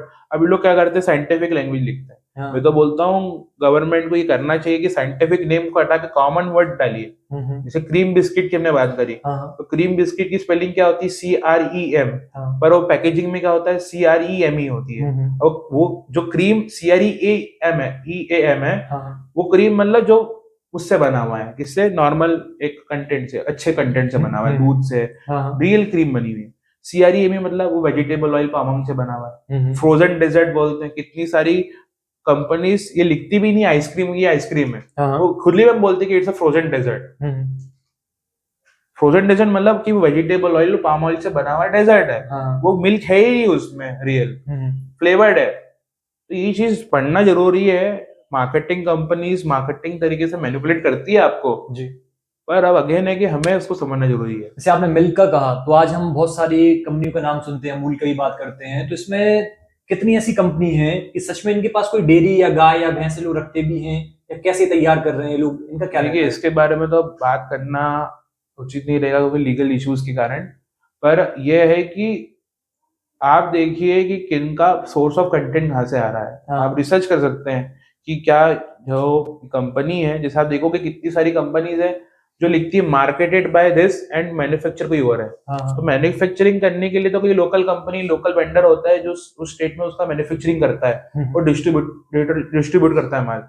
पर मार्केटिंग करने वाली एक अलग कंपनी है। तो कितनी ऐसी कंपनी इंडिया में जिनका काम सिर्फ मार्केटिंग है, मैन्युफैक्चरिंग वो लोग करते भी नहीं है। हाँ किसी दूसरे लोकल मैन्युफैक्चर को दे देंगे कि हाँ मेरी चॉकलेट की फैक्ट्री है तो हमारा माल भी प्रोड्यूस कर दे, तेरी बिस्किट की फैक्ट्री तो हमारा माल भी प्रोड्यूस कर दे। लेकिन नाम उनका चल रहा होता है। मार्केटिंग है ना, मार्केट आप देखिए कितनी ही ब्रांड आप देखोगे मार्केटेड बाय मैन्युफैक्चर्ड बाय, तो मैन्युफैक्चर्ड कोई और कर रहा है। इतने सारे फैशन ब्रांड है, आप देखोगे इंदौर में छोटी छोटी दुकानें जहाँ पे पेंटालून जैसे बड़े बड़े लोगों के लिए मैन्युफैक्चरिंग हो रही है गारमेंट क्लस्टर में। पर मार्केटिंग कंपनी कौन है? पेंटालून है। मार्केटिंग कंपनी कौन है? ट्रेंड है। हाँ। तो देखिए कि एक्चुअली है क्या, फिर आपको भरोसा होना चाहिए कि हाँ ये सही है या गलत है, अब आपके ऊपर। अगर आपके पास कोई आपका बहुत पर्सनली कोई व्यक्ति आता है, कोई आपका दोस्त है, बहुत क्लोज फ्रेंड है, उसका बच्चा अगर आए आपके डिजिटल मार्केटिंग में आना चाहता है, आपसे वो पूछे, तो आप उसे क्या सलाह देना चाहेंगे कि उसे यहाँ पर आए या ना आए? देखिए मैं बोलता हूँ, अगर मैंने जैसे पहले भी बताया कि अगर आप पैशन हो उस इंडस्ट्री को लेकर, आपको क्रिएटिविटी पसंद है, आपको मार्केटिंग पसंद है, आपको लोगों को समझना पसंद है, आपको साइकोलॉजी पसंद है, फिर इस फील्ड में आई है। टेक्निकल पसंद है, वो टेक्निकल भी है, क्रिएटिविटी प्लस टेक्निकल, ये ऐसी फील्ड है जो ना पूरी टेक्निकल है ना पूरी क्रिएटिव है। टेक्निकल भी क्रिएटिव है, आपको दोनों, आपका लेफ्ट ब्रेन और राइट ब्रेन दोनों एक साथ काम करना चाहिए, तब जाके आप इस फील्ड में बहुत अच्छा मास्टरी कर पाओगे। किसी आप देखोगे एक होता है किसी का ब्रेन, लेफ्ट ब्रेन एक्टिवेट होता है, किसी का राइट ब्रेन एक्टिवेट होता है, कोई टेक्निकल होता है, कोई क्रिएटिव होता है। इस फील्ड में ऐसे लोग मास्टरी करते हैं जो दोनों तरीके से चलते हैं, टेक्निकल भी चलते हैं और क्रिएटिव भी चलते हैं। उनके लिए फील्ड है ये। तो आइए फिर लास्ट में एक सवाल आपसे हमारा है, जैसा कि आज आप हमारे लिए बेसिस इसलिए भी हैं क्योंकि पॉडकास्ट आज हमारा ये पहला शुरुआती हो रही है, क्योंकि न्यूज के हमने कई सारे इंटरव्यूज करे, लोगों से बात करते हैं, हम न्यूज टेलीकास्ट करते हैं, लेकिन पॉडकास्ट हमें पहला, हमारे पहले गेस्ट रूम में आप आए हैं, तो हमारे लिए आप क्या सलाह देना चाहेंगे? आप बात करने के बाद या कुछ हमें उसमें सुधार करना चाहिए, उसको लेकर आप क्या कहना चाहते हैं? मैंने बहुत अच्छा रिव्यू दीजिए, इससे हम आगे उसे इम्प्रूव कर पाए आने वाले समय में। नहीं, बहुत अच्छा लगा आपसे बात करके। मेरे को सबसे अच्छी चीज लगी कि आपने जो क्वेश्चन जो पूछे बहुत रेलेवेंट है, और ऐसे क्वेश्चन है कि कहीं ना कहीं लोगों के दिमाग में रहते हैं पर उन्हें प्लेटफॉर्म नहीं मिलता है कि वो कहाँ से पूछ पाए। तो आपके माध्यम से कितनी सारे लोगों ने पूछा क्वेश्चन, आपने उनकी जनता के भी सवाल यहाँ पे लेके आए, बहुत अच्छा लगा। मैं आपको बहुत बड़ा शुभकामनाएं देता हूँ एंड आगे बढ़ते रहिए ऐसे ही। और वेरी गुड। साथियों, जैसा कि आपने सुना, ये थे टीएफए के संस्थापक कौस्तुभ जोशी जी। इसी प्रकार हम अपने नए गेस्ट रूम में और भी अलग अलग लोगों को आप लोगों से मिलवाने का कार्य करेंगे। तब तक के लिए आप देखते रहिए बुंदेलखंड हेडलाइंस।